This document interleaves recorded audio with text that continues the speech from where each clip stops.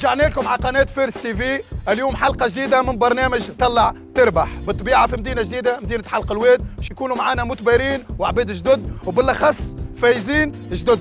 توا مع بعضنا باش نلانسيلكم التشنشينة الأولى على بنية ظريفة في اليد خفيفة، إذا غاب السلطان تولي هي الخليفة.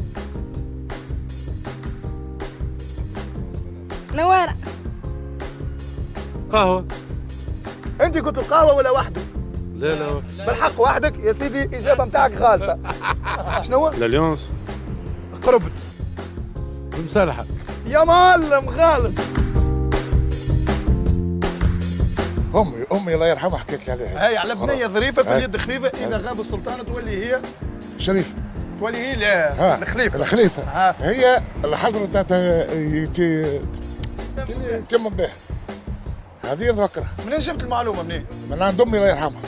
ما قلتهاش لينا قبيله ما هكا. نسيت انا في ما الريستوران. ندريش نعتمدوا الحظ شنو. لا اخويا انا كيف نعرف كان شرف يا خويا، مرحبا بك برجال الكيف.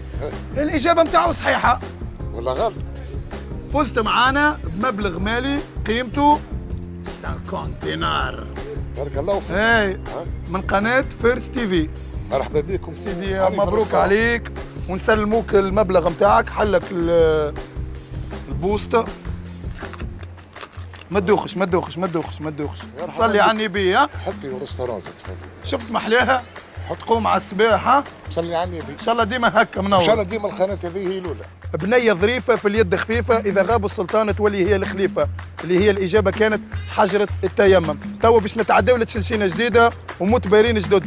هايو معاي.